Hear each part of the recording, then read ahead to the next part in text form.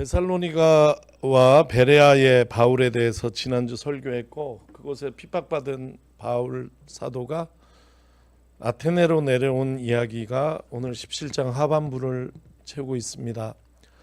17장 하반부의 바울 사도는 아테네의 아레오파고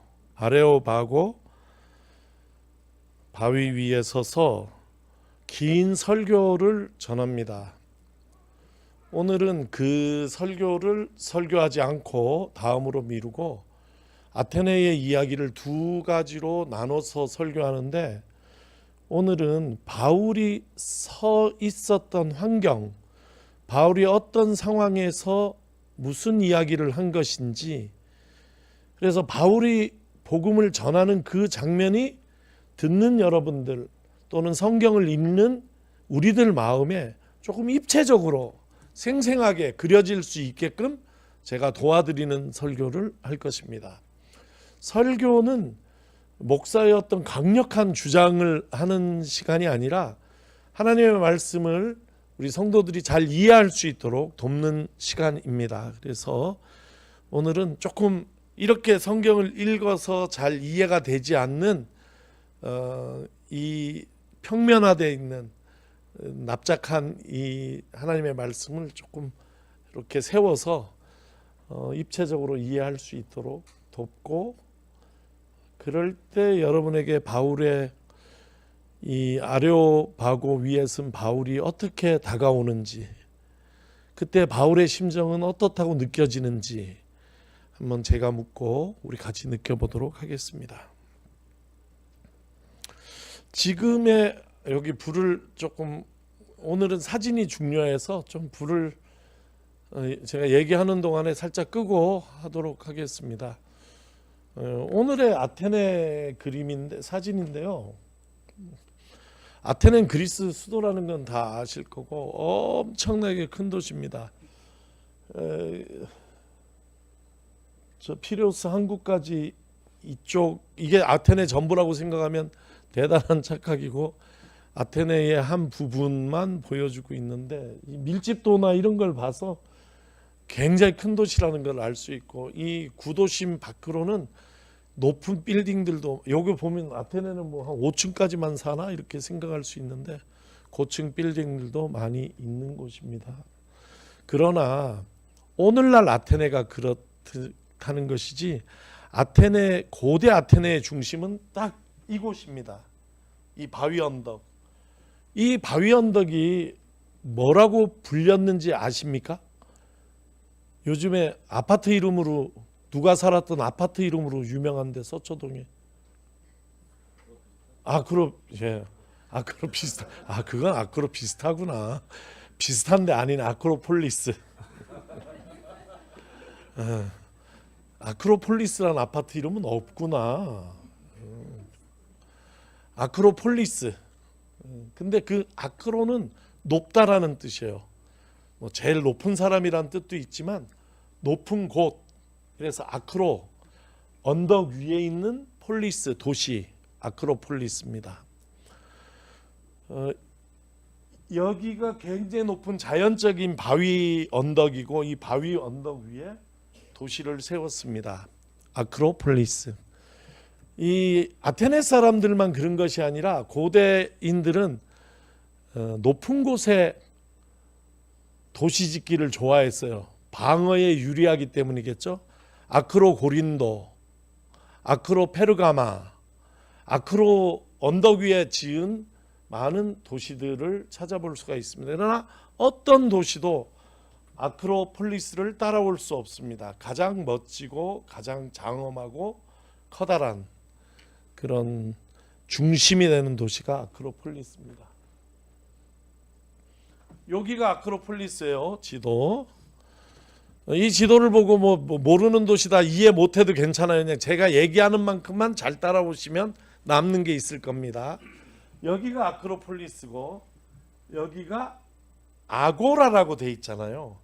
그러니까 여기가 언덕 위의 도시라면 여기는 언덕 아래 도시입니다. 언덕 위에 도시만 있는 게 아니라 진짜 도시, 사람 사는 도시는 언덕 아래에 있습니다. 언덕 위에는 신전이 있는 거지 거기에 사람 모여 사는 동네가 있는 것이 아닙니다. 사람 사는 동네는 밑에 있고 그것을 아고라라고 불렀어요. 아고라. 성경에 시장이라고도 번역이 되고 광장이라고도 번역이 된 아고라. 이게 로마식으로 포럼이라고 하면 더 이해가 쉬울 수 있어요. 포럼, 포로 혹은 헬라어로 아고라 이렇게 부르는 곳이 여기입니다. 아고라는 가상도예요. 이게 발굴이 이렇게 아직 완성되지 않았지만 그리스 아테네 아고라는 이렇게 생겼을 것이다 하고 추정해서 그려놓은 조감도 이런 것인데 아고라는 광장이 되기도 하고 시장이 되기도 한데 시장보다는 광장이 나을 것 같아요. 시장이라고 얘기하면은 안양중앙시장 이런 데 생각하는데 전혀 그런 시장의 의미는 아닌데 이 아고라 옆에는 신전도 있고 행정 건물도 있고 그리고 물건을 사고 파는 수공업자들의 가게도 있었기 때문에 시장이라는 말도 틀리진 않지만 중요한 건 이런 공간, 이 공간을 아고라라고 하는 것이에요. 그렇기 때문에 광장이라고 부르는 것이 더 맞을 수 있겠어요. 이 광장에 아탈로스 스토아라는 이것만 지금 복원이 되어 있어요. 이 부분을 사진으로 보면 이렇습니다. 아탈로스 스토아라는 지금 길이가 120m 되는 굉장히 긴 아탈로스라는 건 사람 이름이니까 안 중요해요. 스토아라는 것은 제가 설명을 하겠습니다만 지금은 박물관으로 쓰이고 나머지는 땅만 팠어요. 건물을 새로 올려짓지 못했어요. 그리고 이 중간에 위로 올라가는 길이 있다. 이 정도로 알아두세요. 여기가 그리스 아테네 사람들이 살던 주거지예요. 중심이다. 이렇게 보면 됩니다. 스토아. 이게 스토아라고 얘기했어요. 스토어를 한글로 이렇게 스토어라고 들으면 S-T-O-R-E 이렇게 스토어 이렇게 해서 가게 이렇게 들을 수도 있지만 다 완전 다른 단어예요. 스펠링도 달라요. 스토아. 이게 스토아입니다. 그러니까 기둥이 쫙 서 있고 천정은 있는데 지붕은 있는데 열려 있는 회랑 이게 스토아예요. 약간 인문학적인 퀴즈를 하나 상식적인 건축에 관련된 걸 내자면 그리스 건축의 핵심이 뭐냐고 제게 물으신다면 저는 기둥이다 이렇게 얘기하겠어요. 이 기둥이 그냥이 아니라 이게 그리스 건축의 아주 대표적인 구성 요소예요. 그러면 로마 건축의 중심은 뭔지 혹시 아십니까? 아치.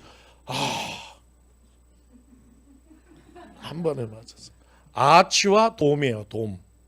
그거는 아치와 원형 돔은 로마 건축이에요. 근데 그리스는 기둥이에요. 전부. 이 기둥으로 이루어져 있는 이 기둥 이걸 콜로네이드라고 얘기하고 이 건축물 자체는 스토아라고 얘기를 하는 것입니다. 이게 스토아 내부예요. 스토아 내부. 그러니까 이쪽으로는 건물이 이게 지금 박물관인데 있지만 이쪽으로는 아고라로 이어져 있고 그늘이 지는 이곳이 철학자들이 많이 와서 얘기했어요. 오죽하면 스토아 학파가 있겠어요? 스토아 학파가 뭐예요? 여기 와서 주로 떠들었다 해서 스토아 학파인 거예요. 이게 성경에 있는 얘기인데 사도행전 3장 11절 이게 조금 우리가 공부가 필요하다는 거야. 왜? 해석을 저렇게 했잖아요. 뭐라고 했어요? 솔로몬 스토아를 행각이라고 했어요. 행각이라는 얘기를 들으면 기본적으로 무슨 생각, 뭐가 떠오릅니까? 나 약간 팔각정? 하여간 그런데 똑같은 장소예요. 성전 경례인 똑같은 장소인데 요한복음 10장 23절 읽어봅니다. 시작.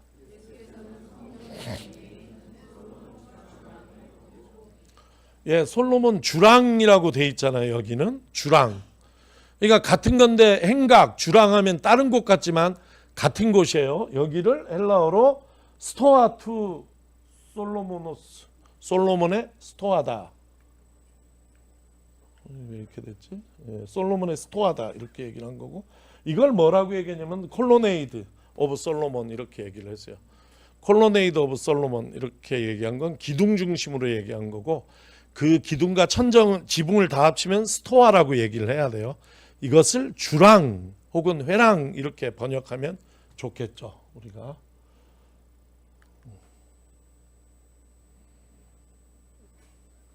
위에서 본 모습이에요. 제가 지금 이렇게 설명하는 것은 바울이 이곳에 서서 이야기한 상황을 머릿속에 이 실제 지금 남아 있는 것이니까 이 성경의 말씀의 상황을 여러분 머릿속에 그려드리고 싶은 마음이에요. 자, 여기가 이게 우리 권장희 집사님 나 선물로 주신 건데 진짜 좋은 기능이 있어요. 기가 막히지.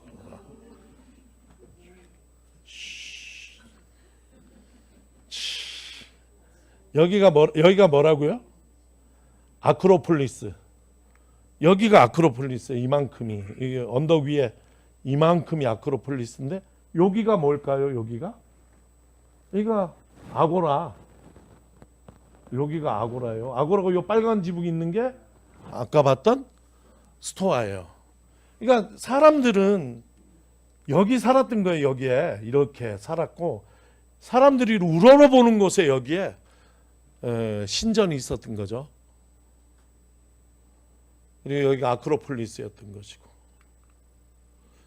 여기 스토아예요. 이쪽에서 올려다본 아크로폴리스의 모습이에요. 웅장하게 저 앞에 있는 것이에요. 이 스토아가 있는 아고라에서 아크로폴리스로 가는 길이 있어요. 그 길이 판 아테나이 웨이, 호도스 판 아테나이온, 뭐냐면 모든 아테네로 가는 길이라는 뜻이에요. 그것은 이렇게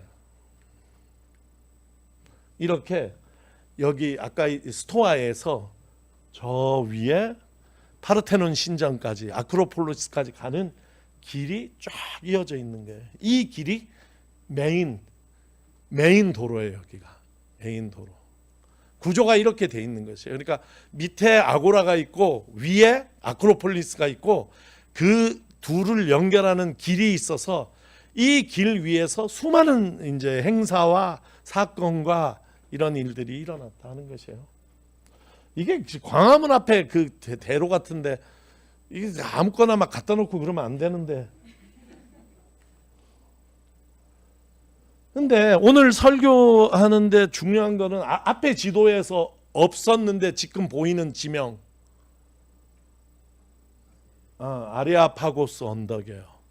어디 사이에 있냐면 아테네 아고라에서 아크로폴리스로 올라가는 중간에, 이름은 여기 있지만 이 중간에 아레오파고, 성경에 한글로는 아레오파고, 우리가 흔히 하는 발음은 아레오파고스 언덕이 있어요. 이 언덕은 이와 같이 완전 돌덩어리 언덕이에요. 바위 언덕이에요.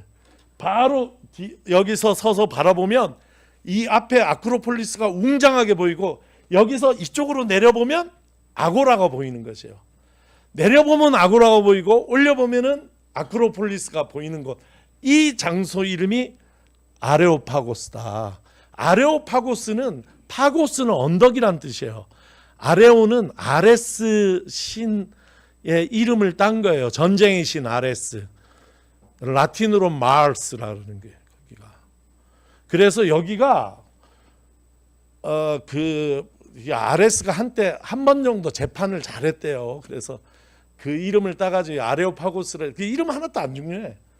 근데 이렇게 올라가면 사람이 걷기도 힘들어요. 여기가 원래 이렇게 돼 있나? 재판은 이런 울퉁불퉁한 곳에서 했나 하는데 그건 아니에요. 어쩌다 이렇게 됐어요. 아크로폴리스에서 내려다보는 아레오파고스예요. 더 입체적인 그림을 드리기 위해서 어마어마하게 큰 이 계단으로 쇠 계단으로 올라가서 이곳에서 이쪽, 여기서 반대로 내려다봤을 때 아레오파고, 지금 이곳이 어디에 바울이 서 있는 곳이란, 바울이 여기 서 있는 것이에요. 사진의 한계인데 제 설명의 한계일 수도 있고 머릿속에 그려질 수 있기를 바랄 뿐입니다. 저는 이걸 왜 가져왔냐면 아레오바고에 서서 아크로폴리스를 바라보면 이렇게 보이는 거예요. 그러니까 여기 서서 거꾸로 이쪽에 아크로폴리스인데 아크로폴리스 쪽을 바라보면 이렇게 보이는 거예요. 이게 뭐냐면 이거 아크로폴리스 들어가는 게이트예요. 그냥 문이야. 문만 이렇게 크게 문 한쪽만도 이렇게 크게 보인다는 얘기예요. 이 사람의 크기를 보세요. 이 문이 얼마나 웅장하고 거대한 문인지. 여기 진짜 신전들은 보이지도 않는 거예요. 이거는 그냥 문인데 이렇게 크다. 아레오파고 언덕에서 보면 이 문이 이렇게 크게 보인다는 얘기예요. 가상도예요. 여기 그 바위는 없죠. 그 바위 대신에 아레오파고는 이런 건물이 있는 곳이에요. 이제 불 켜도 되겠습니다. 고맙습니다. 아레오파고 언덕은 아테네가 독립된 도시였던 시절에, 그러니까 아테네가 진짜 그리스 도시 중에 잘 나갔잖아요. 최고의 도시였잖아요. 어떻게 그렇게 최고의 도시였냐면 페르시아하고 싸워서 이겼잖아요. 마라톤 전투라든지 그 무슨 해전 있는데 까먹었다. 아까 공부하고 왔는데 그런 해전에서도 이기고 모든 수많은 전투에서 아테네 승리했어요. 최고 중심지야. 그 중심지에 원로원, 미대 말고 원로원이 모이는 곳이 아레오파고스 언덕이에요. 이 언덕 위에 원로원 회의가 열린단 말이에요. 여기는 아주 중요한 결정들을 하는 데고 여기서 재판도 이루어지지만 오늘날 법원 같은 기능이 아니라 굉장히 중요한 일들은 아레오파고스에서 이루어지는 것이에요. 근데 지금은 그런 시절은 아니에요. 로마하고 싸워서 졌잖아요. 아테네가. 아테네는 로마의 속주인 상태인 거예요. 바울이 지금 아테네에 갔는데 아테네 민주주의 얘기를 한다든지 이런 얘기 하면 안 돼요. 지금은 세월이 많이 지났어. 옛날에 영화로웠던 기원전 5세기 아테네가 아니라고. 지금은 기원 후 1세기 약 50년경의 아테네잖아요. 그러니까 완전 로마 속주가 되어 있는 아테네예요. 여기는 원로원이라는 게 있을 수가 없죠. 그러나 이 도시가 어느 정도 자치를 하면서 아레오파고 평의회를 만들었어요. 그 평의회가 약간 원로원 같은 기능을 하는 거예요. 훌륭한 사람들, 그 도시에서 도시의 지도자였던 사람들의 하나의 모임을 만든 것이에요. 오늘 성경에 보면은 33절 잠깐만요. 성경이 넘어가 있네. 34절 보면 이런 얘기가 있어요. 오늘 본문에 그러나 몇몇 사람은 바울 편에 가담하여 신자가 되었가. 여기 있다. 여기 있네. 여기 34절 읽어보세요. 시작.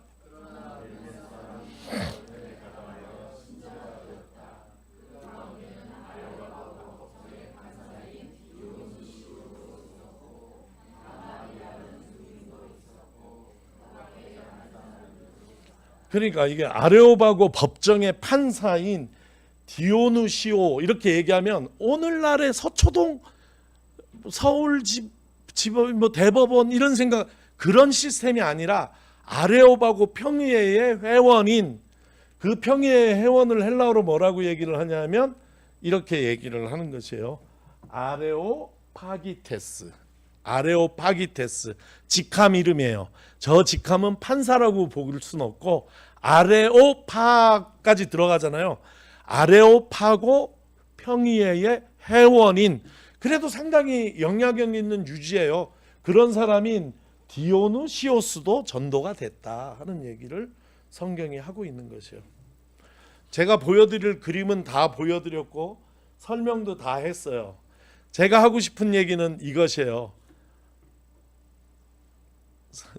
하고 싶은 얘기 하기 전에 성경 한번 같이 읽어봐요. 오늘 본문 제가 설명한 걸 염두에 두고 읽으면 조금 더 혹시 더 잘 들어올 수도 있잖아요. 같이 읽습니다. 아테네에서 그들을 기다리고 있는 동안에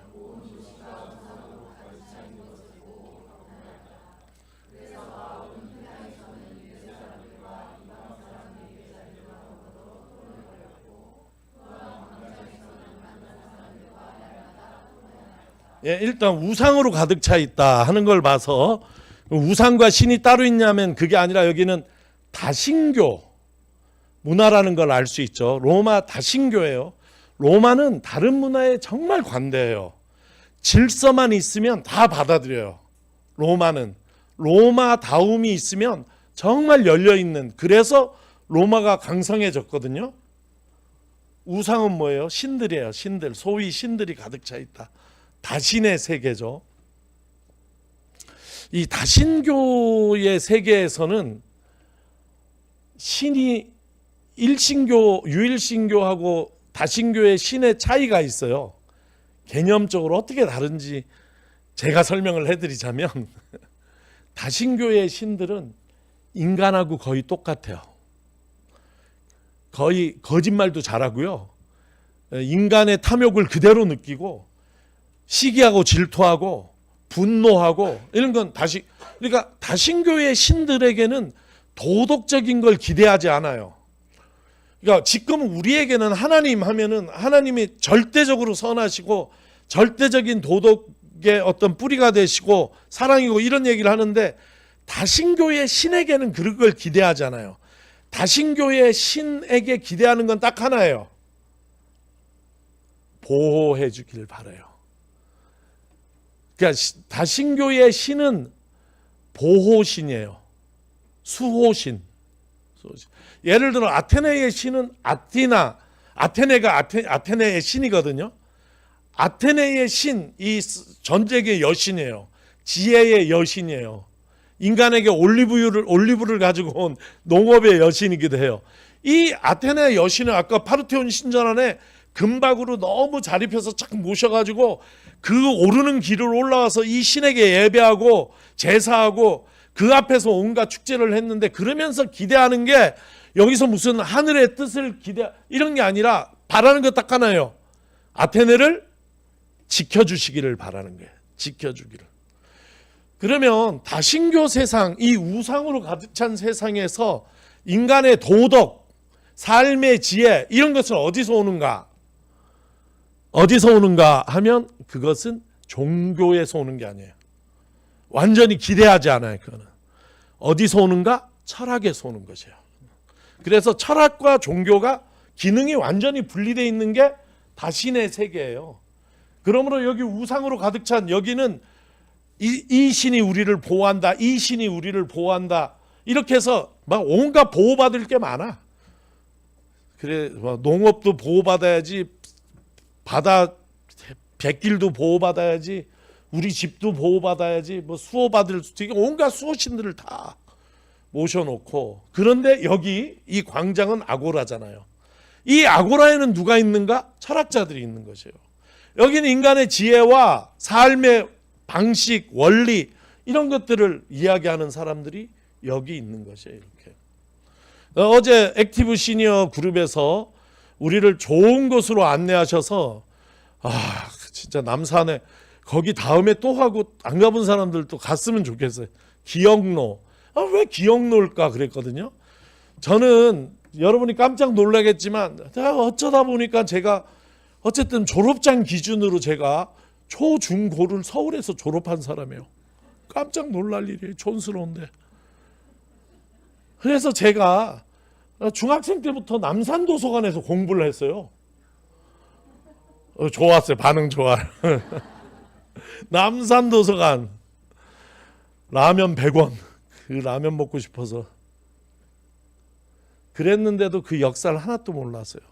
너무너무 깜짝 놀란 게 남산에 어마어마한 신궁이 있다는 게, 나 사진 다 캡처했는데 이 바울 사진하고 헷갈릴까 봐 내가 안 갖고 왔어요. 여러분 찾아보면 돼. 남산 조선 신궁. 남산 전체가 하나의 신궁 길로 쫙 돼서 그 꼭대기에 신궁이 있고, 거기에 참배하러 가는 길이 제가 볼 땐 계단으로 수백 미터로 올라가야 돼요. 그 중간에 한 번 쉬는 광장이 뭐냐면 남산 야외음악당. 그게 신궁 가는 길이에요. 남산 야외 지금 힐튼 호텔 쪽에 거기가 거기다 올라가면 지금 거기가 지금 안중근 기념관대인데 거기 남산 식물원 앞에나 이게 전부 다 신궁터였던 거예요 거기에. 그리고 그 위에 모신 신궁에 메이지도 모시고 내 설명 듣는데 알지도 못하는 신들을 엄청나게 모셔놓더라고. 일본에서 육군 대장으로 정말 전쟁을 잘한 사람도 거기다 모시고 일본 제독도 모시고 일본에서 뭐 위대한 일 하다가 죽었다 그러면 전부 거기다 모셔놓는 거예요. 왜? 일본 제국을 지켜달라고. 그러니까 거기는 수호의 관계지 거기서 어떤 도덕적인 이 개념이 거기서 나오는 데가 아니거든요. 20세기인데 너무너무 비슷한 게 있겠더라고요. 자, 읽습니다. 시작.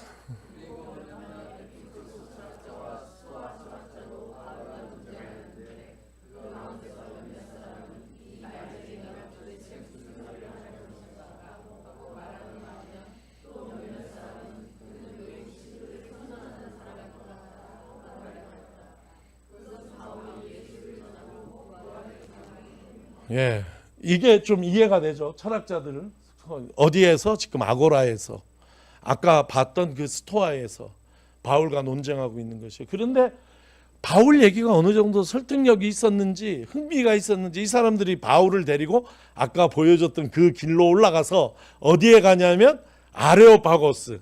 그러니까 여기는 아랫동네 저작거리예요. 여기 아고라는 저작거리예요. 막 떠드는 거야. 근데 여기에서 그래도 얘기해서 좀 퀄리티가 있는 얘기는 어디로 데리고 가냐면 아레오파고스 평의회 앞에. 내 생각에는 이 일 때문에 평의회가 열렸다고 생각하진 않아요. 그러나 평의회가 열리지 않았지만 거기에는 그래도 그 수준에 맞는 사람들이 모여서 또 다른 리그의 토론이 진행되는 자리다. 이렇게 생각할 수 있는 것이에요. 거기 가서 읽습니다. 시작.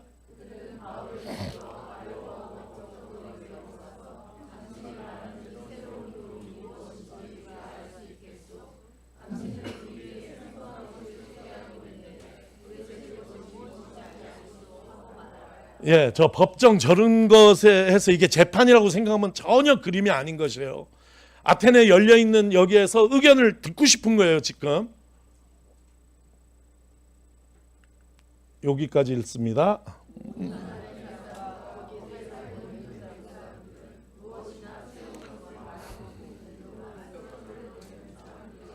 예, 아테네가 철학의 중심지는 아니죠. 밀레토스 같은 다른 도시들이 있는데 아테네에는 그래도 각 도시에서 뭐 좀 철학 좀 한다, 지혜 있는 사람이다, 과학 좀 한다 그러면 전부 다 모여든 그 세계 중심이었어 그때. 근데 망했어. 로마에 졌어요. 근데 뭐가 남았느냐면 유산이 남아있는 거예요. 로마의 유산, 아니 그리스의 유산. 신기한 건 로마 사람들이 그리스 사람들을 엄청 존경했어요. 자기들이 세계를 제패했지만 그들은 행정을 할 줄 알고 건설은 할 줄 알지만 그리스다운 문화적인 유산이 없는 거예요. 그걸 어디서 배우기를 원했냐면 아테네에서 배우기를 원했어요. 그래서 여기 외국 사람 나오잖아요. 외국 사람. 이 사람들 누구냐면 주로 로마와 로마 각 속주의 훌륭한 사람들의 높은 사람들의 자제들 어디로 유학을 보내냐면 아테네로 유학을 보낸 것이에요. 그러니까 아테네는 뭘 갖고 살고 있냐? 과거의 유산을 가지고 살고 있는 것이. 지금은 죽은 도시예요. 여기는. 여기서 새로운 게 나올 수 있는 건 없어요. 그러나 과거가 너무 훌륭했던 거예요. 여기에. 그러니까 지금도 그 과거의 유산을 꿈꾸는 사람들이 모여서 과거식으로 이야기하고 있어요. 아테네가 살아있는 도시라면 그런 논란, 논쟁들은 정리가 될 거예요. 방향이 도시가 나가는 방향으로 이론이 정리가 될 건데 이 도시는 죽었어. 그러니까 누구나 나와서 말을 잘하는 사람들은 큰 영향을 끼치고 외국에서 온 사람들 자기 제자로 데리고 할 수 있는 곳이 여기예요. 조금 성경을 이해하는 데 도움이 됐으면 좋겠어요. 저는. 근데 제가 얘기하고 싶은 거는 다 했고, 그런데 이런 거 한번 생각해 보자는 거예요. 바울 사도가 아레오바고스 위에 서서 다음 주에 설교할, 제가 다음 기회에 설교할 오늘 사도행전 17장에 나오는 설교를 했을 때, 그건 부활하신 예수에 관한 거거든요. 그 내용 오늘 설교하지 않는데 섰을 때 바울이 딱 봤을 때 이 배경, 이 아레오파고스 배경이 이런 거라는 거예요. 그리고 고개를 돌려봤을 때 저 아래에 엄청난, 세상에서 제일 훌륭하다는 사람들이 모여드는, 가장 지혜롭다는 사람들이 모여드는 세상의 철학의 아마 학파들, 요즘으로 치면 막 프랑스 철학자들 있잖아요. 우리는 이름은 들어봤지만 내용은 이해할 수 없는 그런 사람들이 모여든 것이 어디냐? 밑에 보는 아고라야. 여기엔 그런 사람들이 있어요. 고개를 돌려 이쪽을 보면 여기에는 아크로폴리스가 있어요. 그리스 아테네가 이루었던 수많은 전쟁의 승리를 도왔던 수호신들, 능력의 신들, 지혜의 사람들, 그 사이에 바울 사도가 서서 설교하는 것이에요. 여러분이 지금 서서 이것을 보고 여러분이 연설을 한다고 한번 가정해 보세요. 마음이 어떻겠나?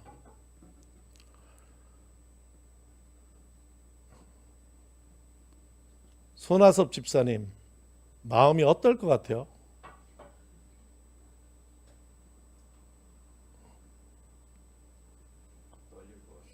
예, 그죠. 심지어 집사님도 떨릴 것 같죠. 유신명 집사님, 제일 안 떨릴 것 같은 유신명 집사님은 어쩔 것 같아요? 그래. 나는 이 심정을 좀 느껴봤으면 좋겠. 그러니까 그냥 사람으로 자연인 바울이었으면 이곳에 어떻게 서서 얘기할 수 있어요? 그냥 얘기한다 해서 우리가 이 상황, 이 입체적인 상황이 아니면 정말 바울의 심정을 이해할 수 없고 이해할 수 없는 감동도 없어요. 근데 바울 사도가 이곳에 서서 부활하신 예수 그리스도를 증언할 때에 이 세상의 가장 견고한 시스템 앞에서 이야기하는 거예요. 가장 견고한 유형의 무형의 유산 앞에 서서 지금 예수를 전하는 것이잖아요. 놀랍다고 생각해요. 이번에 제가 이번 성지 순례 때 이 위에 가서 이 얘기를 했을 때에 목사님 한 분이 펑펑 울더라고. 자기는 너무 부족한 사람이고 그래서 정말 설교를 하거나 예수를 전할 때에 너무 떨리는 마음이 많고 두려운 마음이 많고 부족하다는 생각이 들었는데 이 앞에서 담대히 전한 바울의 심정이 느껴져서 나도 그런 담대함을 오늘 이 시간에 바울을 상상하는 것만으로 자기 안에 그런 담대함이 찾아왔다고, 그걸로 성지순례 난 끝내도 된다고 어느 젊은 여자 목사님이 저 충청도에서 목회하는 목사님 그런 얘기 하시더라고요. 난 그런 심정을 한번 느껴봤으면 좋겠어요. 우리도 정말 이 시대에 유형 무형의 굉장한 인프라 시스템, 이 시스템이 너무 빨리 변화해가지고 우리 걱정은 그 안에 복음을 어떻게 전할까가 아니라 그 안에서 어떻게 처지지 않을까. 우리는 여기서 정말 바보가 되는 거 아닐까? 뒤처지는 게 아닐까? 너무 위대해 보이는, 감히 우리 같은 사람들은 접근도 할 수 없을 것 같은 그런 벽 앞에 서서 그리스도 예수의 복음을 이야기해야 되는 그런 상황 속에 우리가 있다, 이렇게 느낍니다. 감히 복음은 꿈도 꾸지 못하고 이 시스템 감탄하기 바쁜, 와 진짜 대단하다, 그에 비해서 우리는 너무 초라하다. 바울이 거기 서서 힘을 낼 수 있었던 건 바울의 위대함 때문이 아니라 그가 전한 예수 그리스도의 위대함 때문이고 그가 전한 하나님의 능력 때문이다 하는 것을 생각하면서 그가 그 하나님으로부터 받은 담대함으로 이곳에 서서 아크로폴리스를 바라보면서 부활하신 예수 그리스도를 전했다 하는 이것이 우리 한 주간의 묵상의 소재가 되기를 바라고, 이 바울을 묵상하는 중에 바울이 가졌던 그 담대함이 여러분의 담대함이 되기를 바랍니다. 바울이 가졌던 용기가 여러분의 용기가 되기를 바라고 여러분의 힘이 되기를 바랍니다.